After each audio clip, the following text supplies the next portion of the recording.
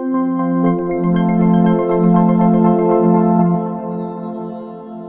everyone, I am back. It's Dr. Hammond here with your mental health moment. I hope that you've had an absolutely fantastic week. For those of you who are new to Mental Health Moment, welcome, welcome. It's Dr. Hammond here with your mental health moment.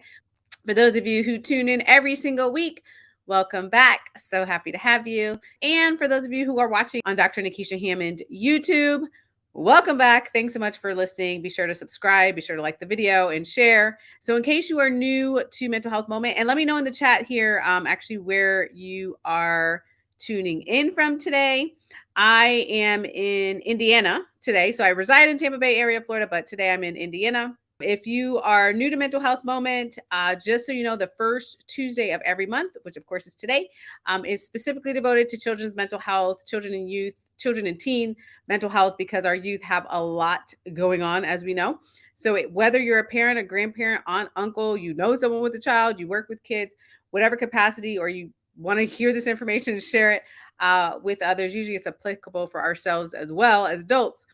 Be sure to do that. So today, on today's version of Mental Health Moment, I wanted to share with you a couple of tips. Again, whether you have your own kids, someone else you know has a child, or you work with kids, or you know of someone with a child, whatever capacity, today is specifically for our kiddos.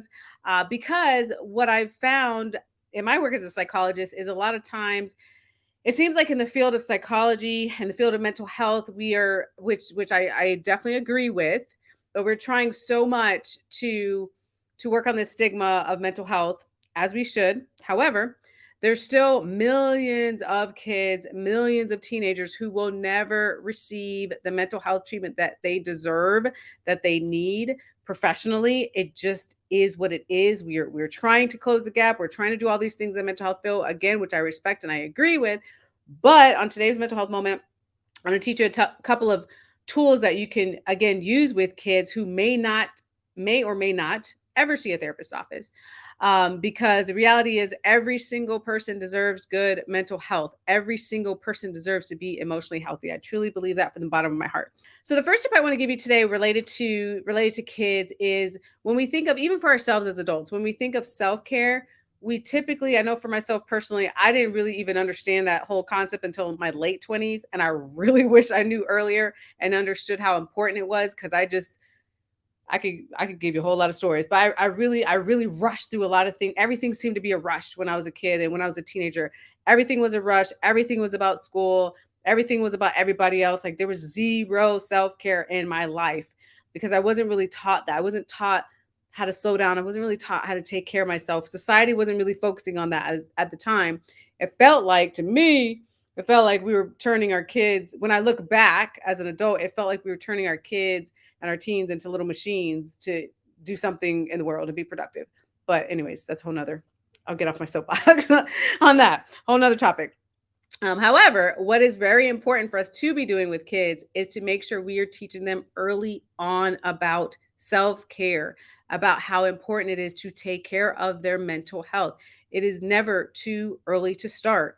If you know a preschooler, yes, 3 years old, 3, 4, 5 years old, if you know the younger crowd, you could teach them at that age. If maybe they didn't get it that young, but they're in elementary school, middle, high school, even if it's young adult, at whatever, whoever you can impact, whoever you're around, whoever you can share this information with, we have to be teaching our youth, our children, our teens, or young adults. We have to be teaching them the importance of taking care of themselves. So one of the things I've done personally, you all, because so for those of you who are not new to Mental Health Moment, you know that my schedule is crazy, and I'm usually in some city or another. Today I'm in Indiana, the state of Indiana.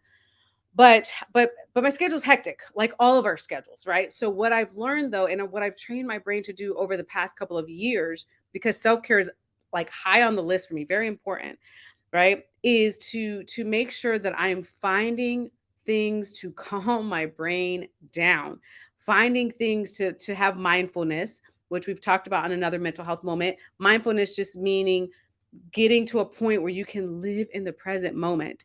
So actually, kids do a really great job of that, better than us as adults, because we're usually thinking about something that happened yesterday, what happened in our childhood, what's going to happen in the future, what we should have done, could have done, would have done, all those things, right? That's usually how our brains work as adults. Kids are a bit better at sort of living in the present moment. That's why for some of you who know, I have a almost 11-year-old, and for some of you who know with kids, sometimes they're totally on their own time, time frame, right? So when you're like, hurry up, get ready, let's go, like they're in a different world because they live more in the present. However, we can also still teach them how to find things in their environment that bring them joy and that reduce their stress. So for example, right? So obviously you can see I'm in a hotel today. So yesterday when I got here, well, for me, because I really love nature. That's something that is very common to me, brings me a lot of peace, a lot of joy, a lot of mindfulness. So I look out of the window. It's free, right? Just to look out the window.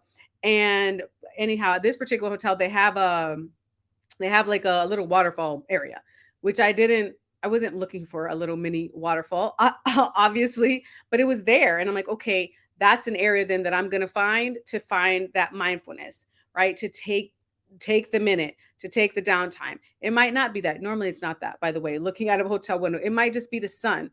Maybe I'm watching the sunset. It might even be raining, but maybe I can appreciate the rain. Whatever it is, again, for me, it's nature. It doesn't have to be nature for kids, but we have to teach them in their environment to find things that are calming, even if they're in the classroom. By the way, I used to work in the school system, well, way long time ago, when I was doing my residency for psychology. And let me tell you, a lot of these classrooms are very overstimulating. They can be very stressful.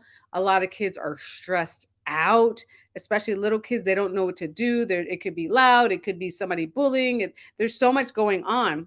But if we're teaching our kids how to slow down in that moment, and even if they're finding something in the classroom that's calming for them, again, wherever their environment is, if it's in their house, if it's taking a walk outside, if they're riding their bike, if they're in the classroom, if they're maybe in a place of worship, wherever it is they are, when they can learn this skill early, you all, we are helping them and giving the gift of finding the mindfulness, finding the downtime. Now, am I saying this is a cure for ADHD, depression, anxiety, learning issues, all the things that kids go through? Of course not.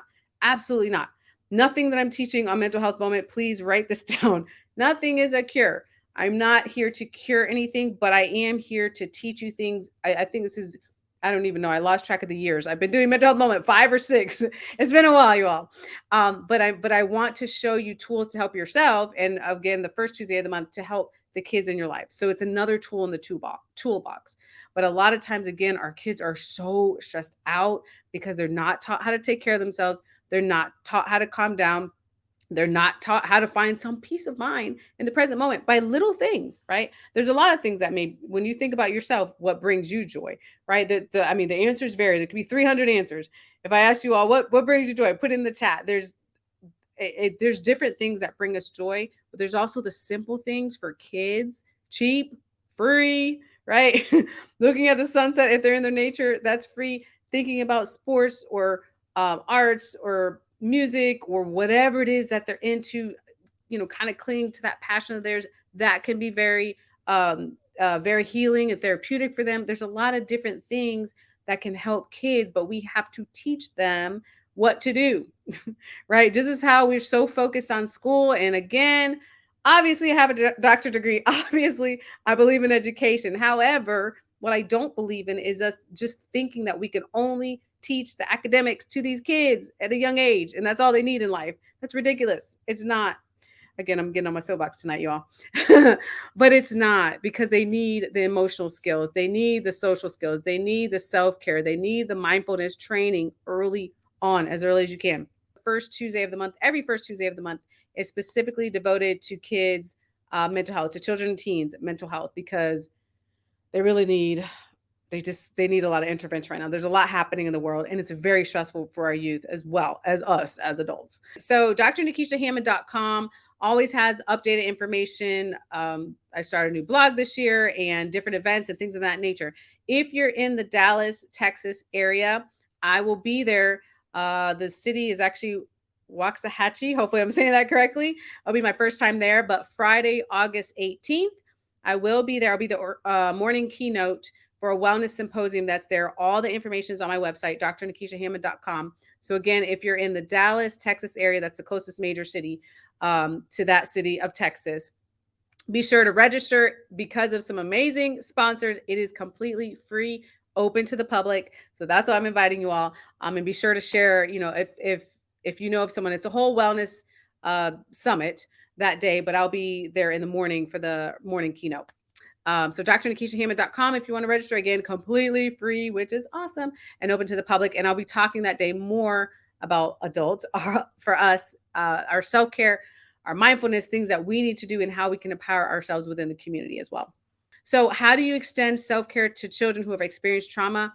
You teach them how to take care of themselves, and you teach them about the triggers, if they're aware of the triggers that were traumatic to them and whatever traumatic incident. However, I will say cautiously, when it comes to trauma, trauma is a very broad term. There's some very milder types of trauma, and there's some really severe trauma.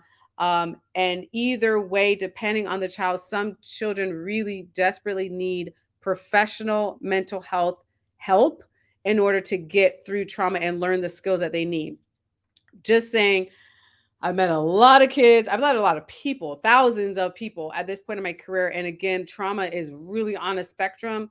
And there are certain things that I'll teach you on mental health moment that could never help the trauma, because it's just so severe that someone has gone through. And I strongly recommend to go the professional mental health route if needed, right? But you can always try things at home. But if something's not working, if something's not working over a long period of time and you're able to, willing to, and can get the professional in your life, absolutely do that.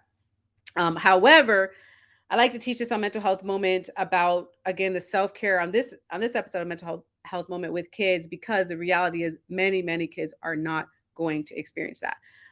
The other thing when it comes to trauma, especially with kids, is, again, trauma comes in many different forms. But if a child truly has PTSD, which I know many of you have heard of, there can be flashbacks. There's a lot of reminders and a lot of things happening where this child is feeling unsafe. So the biggest thing is to remind this child that they are safe, to remind this child they're in a safe environment now. They're not in that situation, helping them cope through that. And again, it looks like many different things. If there were 100 kids with PTSD, they literally could all have different presentations of the trauma that affects them. That's just, and the same thing for adults, but that's just the reality. So I speak that very broadly to make sure, though, that their mindset knows that they're safe.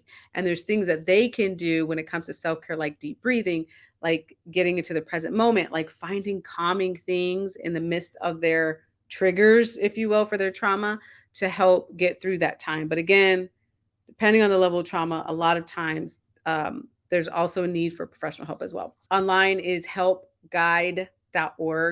So help, like HELP as in Paul, helpguide.org has really great information and way more detail and a lot more articles specifically with children's mental health. So hopefully that'll help you as well.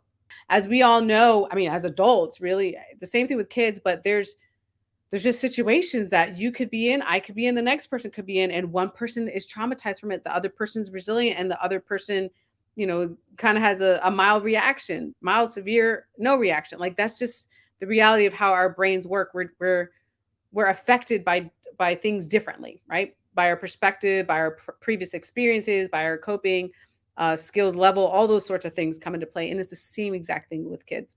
So yeah, we talked a little bit about trauma today, but again, I strongly want to encourage you to remind these children, showing them ways that they can incorporate self-care in their lives from a really early age. That's something, when I always get asked the question often, like, what would I change in my younger years? I really wish that I knew more about self-care early on. Like, I wish I didn't have the childhood, teen years, and young adult years, and all those sorts of things without any real understanding of mental health. I really wish that were different.